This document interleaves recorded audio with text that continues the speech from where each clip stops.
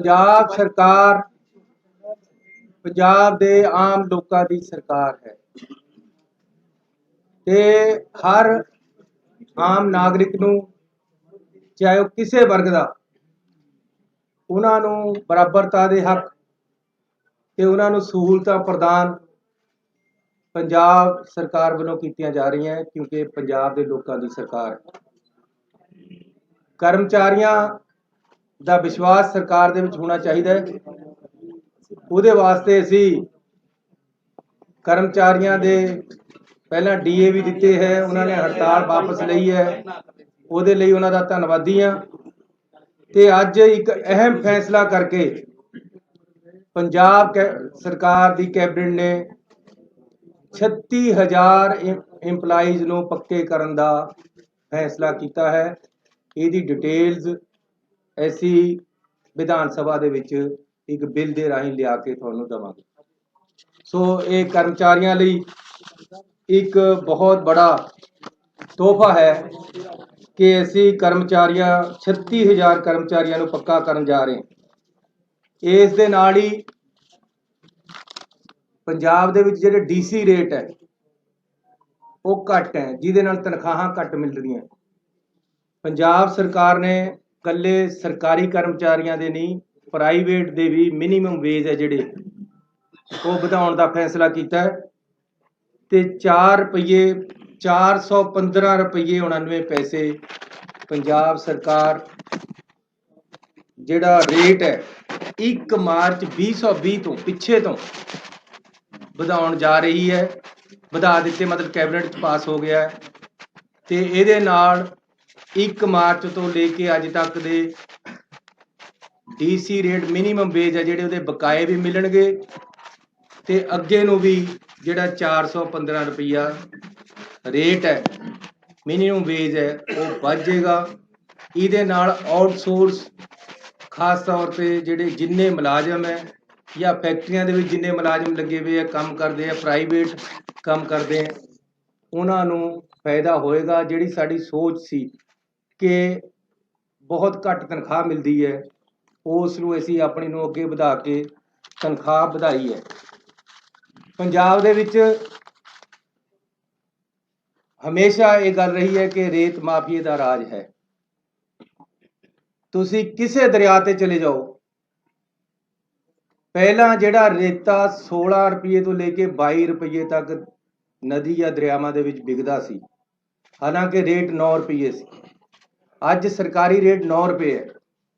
ऐसी अपनी सरकार आउण तो बाद बिल्कुल सीधा करता काम। तुसीं किसे दरिया ते चले जाओ, अज 9 रुपये रेता मिल रहा है, लेकिन ये भी महंगा है। इस करके अज असीं फैसला किया है कि हर दरिया या खड्ड ते रेते का रेट 5 रुपये 50 पैसे होएगा।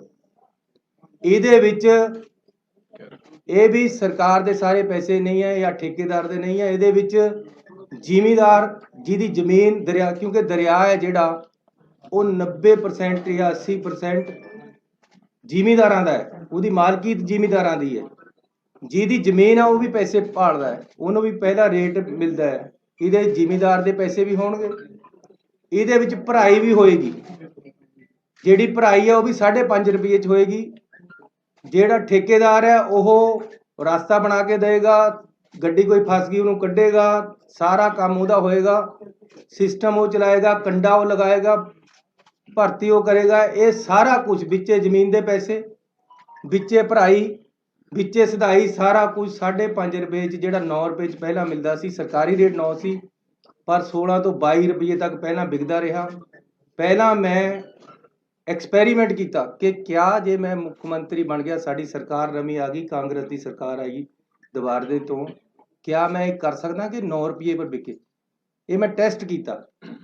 उहदे वास्ते सारे SSB DCआं नूं बुला के मीटिंग करके कहा कि या मैं नहीं है या 9 रुपये रेता नहीं है।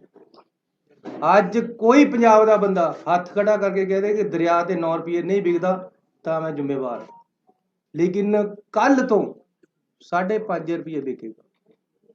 पहला 5-7 हज़ार रुपये ट्रक सस्ता हो चुके हैं। कल नूं तुसीं देखियो कित्थे जाना है। ਲੇਕਿਨ ਮੈਂ ਕਲੀਅਰ ਕਰ ਦੇਣਾ ਚਾਹੁੰਦਾ, ਕਈਆਂ ਨੂੰ ਕਨਸੈਪਟ ਦੇ ਵਿੱਚ ਕਲੈਰਿਟੀ ਨਹੀਂ ਹੁੰਦੀ। ਪਿੰਡਾਂ ਦੇ ਵਿੱਚ ਇਹ ਦਰਿਆ ਦੇ ਉੱਪਰ ਦਾ ਰੇਟ ਹੈ। ਉਸ ਤੋਂ ਬਾਅਦ ਟਰਾਂਸਪੋਰਟ ਹੈ ਜਿਹੜੀ, ਉਹਨਾਂ ਨਾਲ ਵੀ ਅਸੀਂ ਗੱਲ ਕਰ ਰਹੇ ਕਿ ਮਿਨੀਮਮ ਟਰਾਂਸਪੋਰਟ ਲੱਗੇ ਤਾਂ ਕਿ ਜਿਹਨੇ ਘਰ ਬਣਾਉਣਾ ਹੈ ਉਹਨੂੰ ਰੇਤਾ ਘੱਟ ਤੇ ਘੱਟ ਰੇਟ ਤੇ ਮਿਲੇ। ਲੇਕਿਨ ਇਹ ਕਿਉਂਕਿ ਠੇਕਾ 31 ਮਾਰਚ ਤੱਕ ਦਿੱਤਾ ਹੋਇਆ ਪਹਿਲਾਂ ਤੋਂ, ਇਹ ਪਾਲਿਸੀ ਸਾਨੂੰ ਬਹੁਤੀ ਪਸੰਦ ਨਹੀਂ ਆ ਰਹੀ, ਪਰ ਸਾਨੂੰ ਕੋਰਟਾਂ ਕਚਹਿਰੀਆਂ ਤੋਂ ਬਚਣ ਲਈ ਫਿਲਹਾਲ ਅਸੀਂ ਇਹਨੂੰ ਬਹੁਤ ਘੱਟ ਕਰਤੇ ਲਿਆਏ ਹਾਂ।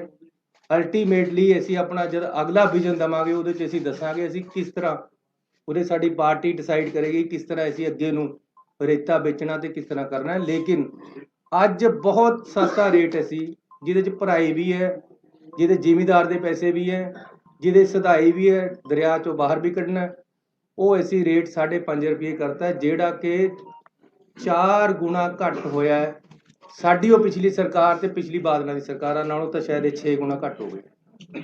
ਸੋ ਇੱਕ ਵੱਡੀ ਰਾਹਤ ਦਿੱਤੀ। ਨਾਲ ਅੱਗੇ ਕਿਹਾ ਹੈ ਕਿ ਜ਼ਿਮੀਂਦਾਰ ਆਪਣੇ ਖੇਤ 'ਚੋਂ ਟਰਾਲੀ ਵੀ ਪਟਾਉਂਦਾ ਹੈ ਇੱਕ ਮਿੱਟੀ ਦੀ, ਜਾ ਕੇ ਜੀਪਾਂ ਲੈ ਕੇ ਖੜ ਜਾਂਦੇ ਕਿ ਜੀ ਲਿਆਓ ਰਿਓਲਟੀ। ਕਿਸੇ ਨੇ ਭਰਤ ਪਾਉਣਾ ਹੈ ਉਸ ਨੂੰ ਤੰਗ ਕਰਦੇ ਹੈ। ਐਸੀ ਇਹ ਕਰਤਾ ਹੈ ਕਿ ਮਿੱਟੀ ਕੋਈ ਜ਼ਿਮੀਂਦਾਰ ਆਪਣੇ ਖੇਤ 'ਚੋਂ ਪਟਾਉਂਦਾ ਹੈ। ਦੇਖੋ ਮੈਂ ਪਿੰਡਾਂ ਦੇ ਵਿੱਚ ਜਾਂਦਾ ਰਹਿੰਦਾ ਹੈ, ਪਿੰਡਾਂ 'ਚ ਕਿਹਾ ਕਿਸੇ ਨੇ ਵਿਆਹ ਕਰਨਾ ਹੈ ਤਾਂ ਤੰਗੀ ਹੁੰਦੀ ਹੈ, ਅਗਲਾ 2 ਫੁੱਟ ਮਿੱਟੀ 'ਚ ਕਰ ਦਿੰਦਾ ਹੈ, ਸਾਡੀ ਰਾਇਲਟੀ ਵਾਲੇ ਅੱਧੇ ਪੈਸੇ ਲੈ ਲੈਂਦੇ ਜਾ ਕੇ।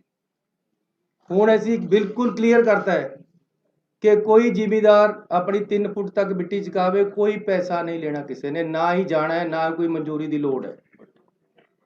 ਤੇ ਨਾਲ ਦੀ ਨਾਲ ਇੱਟਾਂ ਬੜੀਆਂ ਮਹਿੰਗੀਆਂ ਹੋ ਰਹੀਆਂ, ਉਹਦਾ ਇੱਕ ਬੜਾ ਕਾਰਨ ਇਹ ਹੈ ਕਿ ਉਹ ਮਾਈਨਿੰਗ ਪਾਲਿਸੀ ਲੱਗ ਜਾਂਦੀ ਉਹਦੇ ਤੇ, ਜਦੋਂ ਭੱਠੇ ਵਾਲਾ ਮਿੱਟੀ ਚੱਕਦਾ ਹੈ, ਜ਼ਿਮੀਂਦਾਰ ਤੋਂ ਭੱਠੇ ਵਾਲਾ ਮਿੱਟੀ ਲੈਂਦਾ, ਜ਼ਿਮੀਂਦਾਰ ਨੂੰ 4 ਪੈਸੇ ਆ ਜਾਂਦੇ 1 ਫੁੱਟ ਦੇ, ਲੇਕਿਨ ਅੱਧੇ ਪੈਸੇ ਮਾਈਨਿੰਗ ਵਾਲੇ ਲੈ ਜਾਂਦੇ। ਅੱਜ ਅਸੀਂ ਇਹ ਫੈਸਲਾ ਕਰ ਲਿਆ ਕਿ ਭੱਠਿਆਂ ਨੂੰ ਮਾਈਨਿੰਗ ਪਾਲਿਸੀ ਤੋਂ ਬਾਹਰ ਕਰ ਦੇਣਾ, ਜਿਹਦੇ ਨਾਲ ਭੱਠਾ ਵਾਲਾ ਜ਼ਿਮੀਂਦਾਰ ਨਾਲ ਸਿੱਧਾ ਕੰਟਰੈਕਟ ਕਰਕੇ ਉਦੋਂ ਮਿੱਟੀ ਲੈ ਲਵੇ, ਵਿੱਚ ਠੇਕੇਦਾਰੀ ਸਿਸਟਮ ਜਾਂ ਮਾਫੀਆ ਜਾਂ ਮਾਈਨਿੰਗ ਕੁਛ ਨਹੀਂ, ਫਰੀ ਹੋ ਗਿਆ ਇਹ ਕੰਮ ਪੰਜਾਬ 'ਚ ਅੱਜ ਤੋਂ ਬਾਅਦ। ਵੈਸੇ ਤਾਂ ਅਸੀਂ ਕਾਫੀ ਦਿਨਾਂ ਤੋਂ ਕਰ ਚੁੱਕੇ ਹਾਂ, ਲੇਕਿਨ ਅੱਜ ਤੋਂ ਬਾਅਦ ਤਾਂ ਜੇ ਕੋਈ ਮਿੱਟੀ ਵਾਲਾ ਭਰਤ ਪਾਉਣ ਜ਼ਿਮੀਂਦਾਰ ਮਿੱਟੀ ਚੁਕਾਉਂਦਾ ਕੋਈ ਤੰਗ ਕਰੇਗਾ ਤਾਂ ਮੈਂ ਜ਼ਿੰਮੇਵਾਰ ਹਾਂ, ਮੇਰਾ ਗਲਾ ਕੱਟਿਓ। ਜੇ 5.5 ਰੁਪਏ ਤੋਂ 1 ਪੈਸਾ ਵੀ ਰੇਤਾ ਵੱਧ ਵਿਕੇ ਤਾਂ ਮੈਂ ਜ਼ਿੰਮੇਵਾਰ ਹਾਂ। ਪਹਿਲਾਂ ਮੈਨੂੰ ਬਹੁਤ ਬੰਦੇ ਕਹਿੰਦੇ ਸੀ ਇਹ 9 ਰੁਪਏ ਵੀ ਨਹੀਂ ਤੁਸੀਂ ਕਰ ਸਕਦੇ, ਜੇ ਤਾਂ ਬਹੁਤ ਬੰਦੇ ਇਨਵੋਲਵ ਹੈ, ਇਹਦੇ 'ਚ ਪੁਲਿਸ ਇਨਵੋਲਵ ਹੈ, ਇਹਦੇ 'ਚ ਫਲਾਣਾ ਇਨਵੋਲਵ ਹੈ, ਇਹਦੇ 'ਚ ਢਿਮਕਾ। 9 ਰੁਪਏ ਵਿਕ ਰਿਹਾ। ਇੰਪਲੀਮੈਂਟੇਸ਼ਨ ਜਿਹੜਾ ਲੀਡਰ, ਜਿਹੜੀ ਸਰਕਾਰ, ਜਿਹੜੀ ਪਾਰਟੀ ਰਾਜ ਨੂੰ ਚਲਾ ਰਹੀ ਹੈ ਉਹਦੀ ਵਿਲ ਤੇ ਹੈ।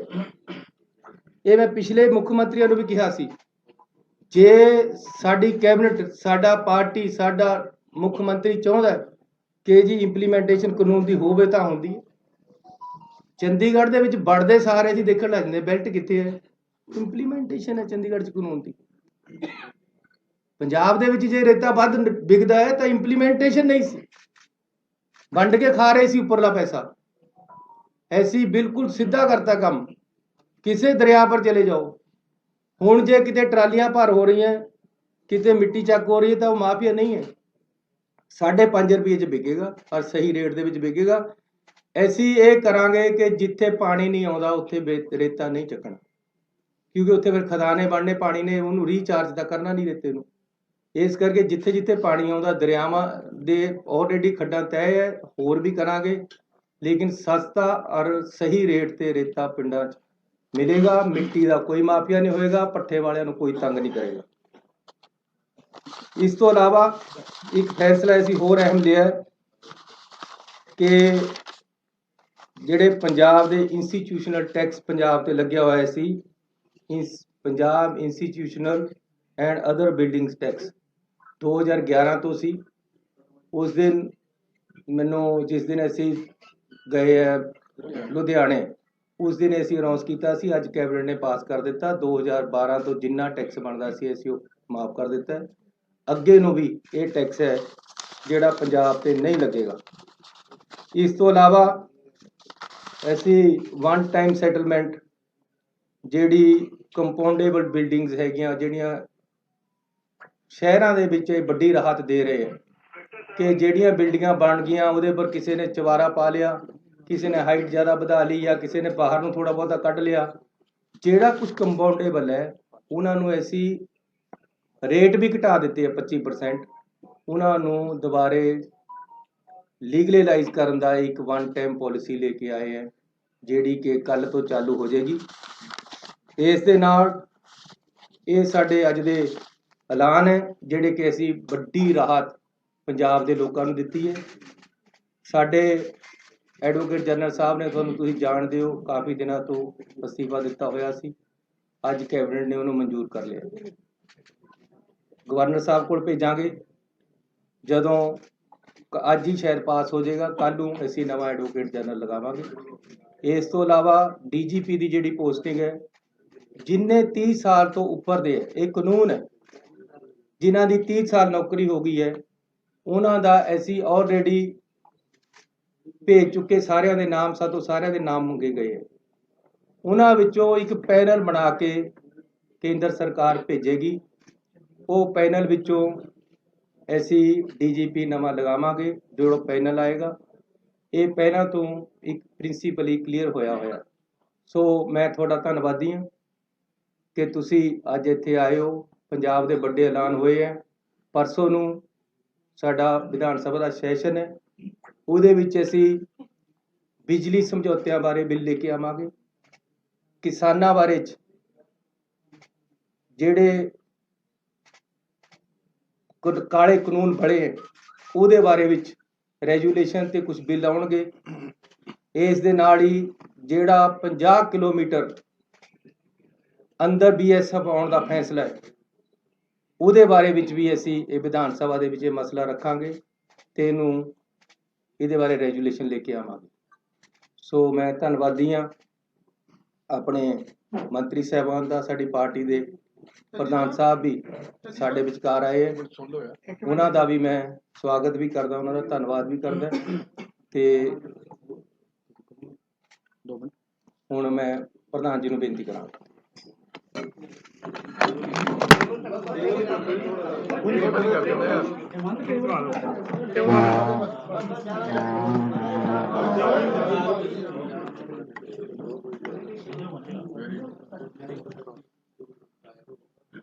प्यारे दोस्तों, मुख्यमंत्री साहब, मेरे बहुत रिस्पैक्टेड कलीग्स, मैं बधाई देना CM साहब ਨੂੰ ਕਿ ਮੇਰੀ ਮਨ ਦੀ ਬਹੁਤ ਵੱਡੀ ਤਾਂਘ ਸੀ ਕਿ ਰੇਤੇ ਦੇ ਰੇਟ ਫਿਕਸ ਹੋਣ। ਮੈਂ ਪਹਿਲੇ ਦਿਨ ਤੋਂ ਕਹਿਣਾ, ਜਿਸ ਦਿਨ ਰੇਤੇ ਦੇ ਰੇਟ ਫਿਕਸ ਹੋਣਗੇ ਮਾਫੀਆ ਉਸੇ ਦਿਨ ਮਰ ਜਾਏਗਾ। ਅਗਰ ਤੁਸੀਂ ਸ਼ਰਾਬ ਵੀ ਵੇਚਦੇ ਹੋ, ਬੋਤਲ ਦੇ ਉੱਤੇ ਰੇਟ ਹੁੰਦਾ। ਰੇਟ ਜਦੋਂ ਫਿਕਸ ਨਹੀਂ ਹੁੰਦਾ, ਸਪਲਾਈ ਤੇ 170 ਸਾਲ ਦੀ ਪਈ ਹੈ ਪੰਜਾਬ 'ਚ, ਸਪਲਾਈ ਰੋਕ ਦਿੱਤੀ ਜਾਂਦੀ ਹੈ। ਔਰ ਜਿਹੜੀ ਟਰਾਲੀ ਮੈਂ ਰਿਕਮੈਂਡ ਕਰਦਾ ਸੀਗਾ 1000 ਰੁਪਏ ਨੂੰ, ਕਿਉਂਕਿ ਟਰਾਲੀ ਦਾ ਰੇਟ ਫਿਕਸ ਹੋਣਾ ਚਾਹੀਦਾ। 1200, 1000, 1300, ਉਹ 5000 ਦੀ ਵੀ ਵਿਕੀ ਹੈ, ਉਹ 10000 ਦੀ ਵੀ ਵਿਕੀ ਹੈ। ਔਰ ਇਹ ਸਟੇਟ ਦਾ ਰਿਸੋਰਸ ਹੈ। ਜਿਹੜੀਆਂ ਅਮੈਨਿਟੀਜ਼ ਅੱਜ CM ਸਾਹਿਬ ਦੇ ਰਹੇ ਨੇ, ਇਹ ਵਧਾਈ ਦੇ ਪਾਤਰ ਨੇ, ਪਰ ਇਹਨਾਂ ਅਮੈਨਿਟੀਜ਼ ਨੂੰ ਸਸਟੇਨ ਕਰਨ ਦੇ ਲਈ ਸਟੇਟ ਦੇ ਖਜ਼ਾਨੇ 'ਚ ਬਲ ਚਾਹੀਦਾ। ਇਹ ਤਾਂ ਹੀ ਸਸਟੇਨ ਹੋਣਗੀਆਂ। ਔਰ ਉਹ ਸਸਟੇਨ ਕਰਨ ਦੇ ਲਈ ਮੈਂ ਤੁਹਾਨੂੰ ਅੱਜ ਦਾਅਵੇ ਨਾਲ ਕਹਿਣਾ ਕਿ ਐਜੂਕੇਸ਼ਨ ਦੇ ਜਿੰਨੇ ਧਰਨੇ ਲੱਗ ਰਹੇ ਆ, ਅਗਰ ਸਰਪਲਸ 2000 ਕਰੋੜ ਰੁਪਇਆ, 1500 ਕਰੋੜ ਵੀ ਹੋਵੇ, ਇੱਕ ਧਰਨਾ ਨਹੀਂ ਲੱਗੂ। ਜਾਓ ਪੁੱਛ ਲਓ। ਇਸ ਕਰਕੇ ਇਹ ਜਿਹੜੀ ਫਾਈਨੈਂਸ਼ੀਅਲ ਸਟੈਬਿਲਿਟੀ ਹੈ, ਇਹਦੇ ਲਈ ਚਾਹੇ ਸ਼ਰਾਬ ਦੀ ਪਾਲਿਸੀ ਹੋਵੇ, ਚਾਹੇ ਰੇਤੇ ਦੀ ਪਾਲਿਸੀ ਹੋਵੇ, ਇਹ ਬਹੁਤ ਜ਼ਰੂਰੀ ਹੈ।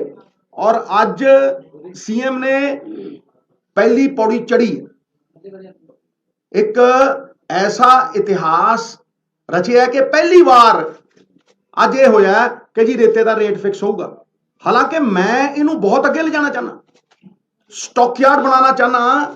ਔਰ ਇੱਕ ਗੱਲ ਸਾਰੀ ਦੁਨੀਆ ਸਮਝੇ, ਮੈਂ ਡੰਕੇ ਦੀ ਚੋਟ ਤੇ ਕਹਿਣਾ, ਮੇਰਾ ਬਹੁਤ ਅਧਿਐਨ ਹੈ ਇਹਦੇ ਉੱਤੇ, ਕਿਉਂਕਿ ਮੈਂ ਜਾਣਦਾ ਕਿ ਪੰਜਾਬ ਦੀ ਸਰਵਾਈਵਲ ਇਹਦੇ ਨਾਲ ਜੁੜੀ ਹੋਈ ਹੈ, ਉਹ ਕੀ ਹੈ ਕਿ there is nothing called the sand mafia, it is the transport mafia।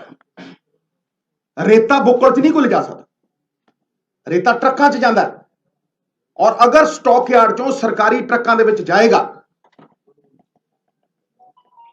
ਤੇ ਉਹ ਸਰਕਾਰੀ ਟਰੱਕ ਦਾ ਰੰਗ ਹੋਏਗਾ। ਇਹ ਨਹੀਂ ਆ ਵੀ ਛੋਟੀ ਜੀ ਸੜਕ ਦੇ ਉੱਤੇ ਜਿਹੜਾ ਮਰਜ਼ੀ ਟਿੱਪਰ ਦੜਾਤਾ, ਤੇ ਫਿਰ ਉਹਦੀ ਚੈਕਿੰਗ ਹੋ ਸਕਦੀ ਹੈ।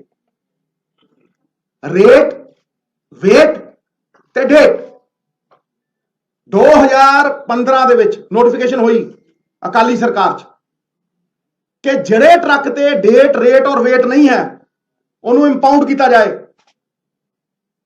7 ਸਾਲਾਂ 'ਚ ਦੱਸੋ ਕਿੰਨੇ ਟਰੱਕ ਇੰਪਾਊਂਡ ਹੋਏ ਆ?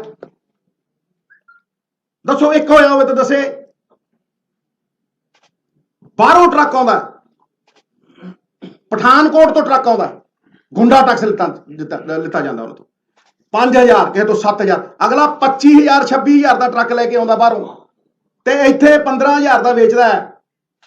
ਠੀਕ ਹੈ, ਉਹ ਫਿਰ ਪ੍ਰੋਫਿਟ ਚਾਹੁੰਦਾ, ਤੇ ਕਿਉਂ ਨਾ ਉਹ 7000 ਜੀਐਸਟੀ ਦੇ ਰੂਪ ਦੇ ਵਿੱਚ ਅਸੀਂ ਐਕਸੈਪਟ ਕਰੀਏ ਬਈ, ਤੇ 300 ਕਰੋੜ ਰੁਪਇਆ ਸਾਲ ਕਿਉਂ ਨਾ ਲਈਏ। ਇਸੇ ਤਰ੍ਹਾਂ ਜਿਸ ਤਰ੍ਹਾਂ ਮੈਂ ਰੇਤੇ ਦੀ ਗੱਲ ਕਰ ਰਿਹਾ, ਜਿੱਦਣ ਰੇਤੇ ਦੇ ਰੇਟ ਫਿਕਸ ਹੋ ਗਏ 170 ਸਾਲ ਦਾ, ਤੁਹਾਨੂੰ ਮੈਂ ਉਦਾਹਰਣ ਦੇ ਰਿਹਾ, ਚੈੱਕ ਕਰੋ। ਅਕਾਲੀ ਸਰਕਾਰ ਨੇ ਇੱਕ ਸਾਲ ਦੇ ਵਿੱਚ ਲਗਾਤਾਰ 10 ਸਾਲ ਚੋਰੀ ਦੀ ਇੰਤਹਾ ਦੇਖੋ, ਲਗਾਤਾਰ 10 ਸਾਲ ਹਰ ਸਾਲ ਐਵਰੀ ਈਅਰ 40 ਕਰੋੜ ਰੁਪਈਆ ਜਮ੍ਹਾਂ ਕਰਾਇਆ ਇੱਕ ਸਾਲ ਦਾ, ਤੇ ਤੇਲੰਗਾਨਾ ਇੱਕ ਹਫ਼ਤੇ 'ਚ 47 ਕਰੋੜ ਰੁਪਈਆ ਕਮਾਉਂਦਾ ਇੱਕ ਦਰਿਆ ਤੋਂ। ਲਓ ਜਿੱਥੇ ਮਰਜ਼ੀ ਬਹਾਲ। ਇਹ ਕੀ ਹੈ? ਇਹ ਚੋਰੀ ਨਹੀਂ ਹੈ, ਇਹ ਚੋਰੀ ਤੋਂ ਬਹੁਤ ਅੱਗੇ ਵਾਲੀ ਚੀਜ਼ ਹੈ। 2400 ਕਰੋੜ ਰੁਪਈਆ ਤੇਲੰਗਾਨਾ ਨੇ 2014 ਚੋਂ ਉਹ ਅੱਡ ਹੁੰਦੇ ਨੇ ਆਂਧਰਾ ਪ੍ਰਦੇਸ਼ ਤੋਂ, ਤੇ ਪਹਿਲੇ 3.5 ਸਾਲਾਂ ਦੇ ਵਿੱਚ 2400 ਕਰੋੜ ਰੁਪਈਆ ਕਮਾਉਂਦੇ ਨੇ, ਤੇ ਅਕਾਲੀ ਸਰਕਾਰ 10 ਸਾਲਾਂ ਦੇ ਵਿੱਚ 400 ਕਰੋੜ ਰੁਪਈਆ ਜਮ੍ਹਾਂ ਕਰਾਉਂਦੀ ਹੈ। 4 ਦਰਿਆ, 1300 ਕਿਲੋਮੀਟਰ ਦਰਿਆ ਤੇ 40 ਕਰੋੜ ਰੁਪਈਆ ਸਾਲ, ਤੇ ਤੇਲੰਗਾਨਾ 300 ਕਿਲੋਮੀਟਰ ਦਰਿਆ ਤੇ 47 ਕਰੋੜ ਰੁਪਈਆ ਹਫ਼ਤੇ ਦਾ। ਕੋਈ ਮੇਲ ਹੈ? ਇਹ ਸਟੇਟ ਦੇ ਰਿਸੋਰਸਿਸ ਨੇ ਸਾਹਿਬ, ਇਹ ਸਟੇਟ ਦੇ ਰਿਸੋਰਸਿਸ ਨੇ। ਇਹ ਜਦ ਤੱਕ ਖਜ਼ਾਨੇ 'ਚ ਨਹੀਂ ਆਉਣਗੇ, ਔਰ ਮੈਂ ਵਿਸ਼ਵਾਸ ਦਿਵਾਉਣਾ ਤੁਹਾਨੂੰ ਕਿ ਇਸੇ ਸਹਿਯੋਗ ਦੇ ਨਾਲ, ਇੱਕ ਪਾਲਿਸੀ ਨਾਲ ਬੈਠ ਕੇ ਆਪਣੇ ਕੋਲੀਗਸ ਦੇ ਸਹਿਯੋਗ ਦੇ ਨਾਲ 500 ਵਾਅਦੇ ਨਹੀਂ ਹੋਣੇ ਐਤਕੀ। ਇੱਕ ਰੋਡ ਮੈਪ ਹੋਏਗਾ, ਛੋਟਾ ਰੋਡ ਮੈਪ ਹੋਏਗਾ, ਔਰ ਵਾਅਦਿਆਂ ਨੂੰ ਕਰਟੇਲ ਕਰਕੇ ਉਨੇ ਹੀ ਰੱਖਾਂਗੇ ਜਿਹੜੇ ਵਿਸ਼ਵਾਸ ਦੇ ਪਾਤਰ ਹੋਣ। ਨਵਜੋਤ ਸਿੰਘ ਸਿੱਧੂ ਅਗਰ ਸੱਤਾ ਹੰਡਾਉਣੀ ਹੁੰਦੀ, ਕੁਰਸੀਆਂ ਹੀ ਹੰਡਾਉਣੀਆਂ ਹੁੰਦੀਆਂ, ਤੇ ਪੰਜਾਬ ਖਾਤਰ ਨਾ ਲੜਦਾ। ਫਿਰ ਜਿਹੜੀ ਮੇਰੀ ਲੜਾਈ ਹੈ ਉਹ ਕੋਈ ਨਿੱਜੀ ਲੜਾਈ ਨਹੀਂ, ਇਹ ਰੇਤੇ ਦੀ ਲੜਾਈ ਵੀ ਮੇਰੀ ਕੋਈ ਨਿੱਜੀ ਲੜਾਈ ਨਹੀਂ। ਅੱਜ ਮਾਹੌਲ ਬਦਲਿਆ, ਇੱਕ ਬਦਲਾਵ ਦੀ ਪਰਿਸਥਿਤੀ ਹੈ, ਲੇਕਿਨ ਇਹਨੂੰ ਪੱਕੇ ਪੈਰ ਅਗਰ ਸਸਟੇਨ ਕਰਨਾ ਅਸੀਂ 5 ਸਾਲ, ਤੇ ਇਹਨਾਂ ਰਿਸੋਰਸਿਸ ਨੂੰ ਸਾਨੂੰ ਯੂਟਿਲਾਈਜ਼ ਕਰਨਾ ਪਏਗਾ। ਔਰ ਆਉਣ ਵਾਲਾ ਸਮਾਂ ਸਾਡਾ ਚੋਖਾ ਹੀ ਚੋਖਾ। ਇਸ ਗੱਲ ਦੇ ਉੱਤੇ ਮੈਂ ਪਹਿਰਾ ਦਿੰਦਾ ਰਹੂੰਗਾ, ਔਰ ਮੇਰਾ ਪਾਰਟੀ ਵੱਲੋਂ ਇਹ ਜੋ ਇਹਨਾਂ ਨੇ ਕਿਹਾ ਕੱਲ ਕੈਬਨਿਟ ਦੇ ਵਿੱਚ ਅਗਰ ਡਿਸੀਜਨ ਹੁੰਦੇ ਆ, ਮੇਰਾ ਪਾਰਟੀ ਵੱਲੋਂ 110% ਸਹਿਯੋਗ, ਨਾਲੇ ਚੀਫ ਮਿਨਿਸਟਰ ਨੂੰ, ਨਾਲੇ ਸਾਰਿਆਂ ਨੂੰ, ਇਹਦੇ 'ਚ ਕੋਈ ਸ਼ੱਕ। बहुत बहुत धन्यवाद जी सर। हाँ जी, हाँ बोलो बोलो बोलो बोलो बोलो, जुग जुग जियो मेरे प्यारे, बोलो।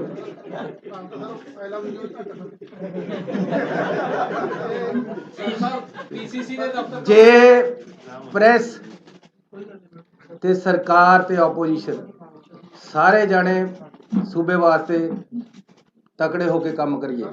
तुसी चौथा पिलर हो, थोड़े सहयोग और थोड़िया जी आलोचनावां दोनों चाहिए, क्योंकि तुसी आलोचना नहीं करोगे मैनू समझ नहीं आएगी कि मैं कितने गलत है। मैं आलोचना नू हमेशा वेलकम करता।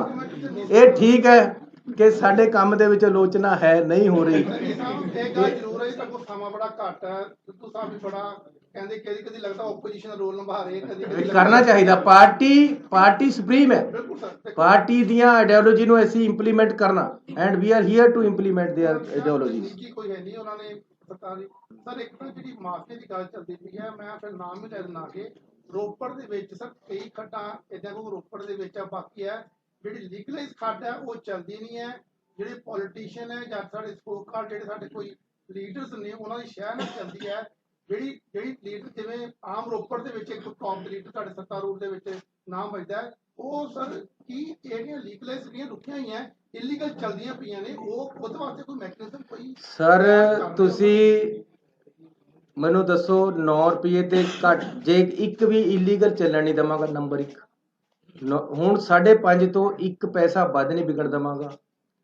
ਜਾਂ ਪੈਸਾ ਸਰਕਾਰ ਨੂੰ ਆਏਗਾ ਜਾਂ ਲੋਕਾਂ ਨੂੰ ਜਾਏਗਾ, ਇਹਦੇ ਵਿੱਚ ਕਿਤੇ ਨਹੀਂ।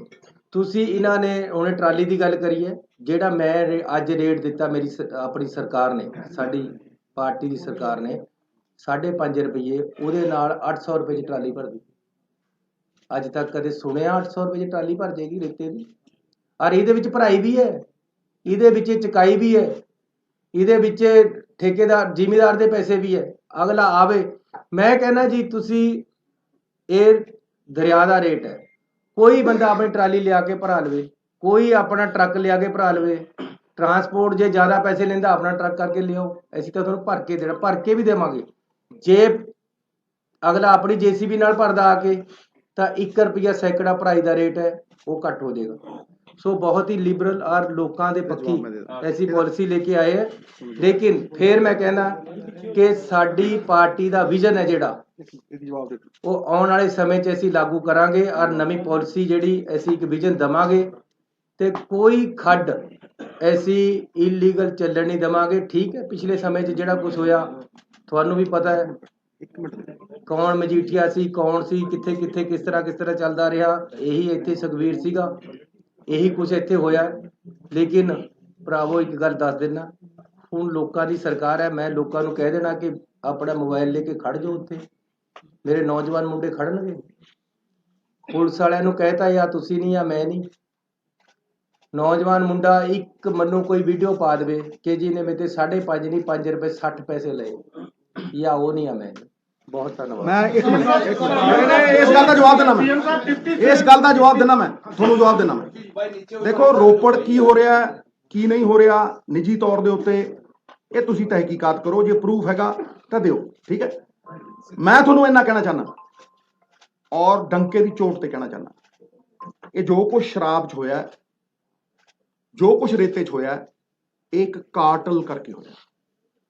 ਕਾਰਟਲ ਠੇਕੇਦਾਰੀ 'ਚ ਬਣਦਾ।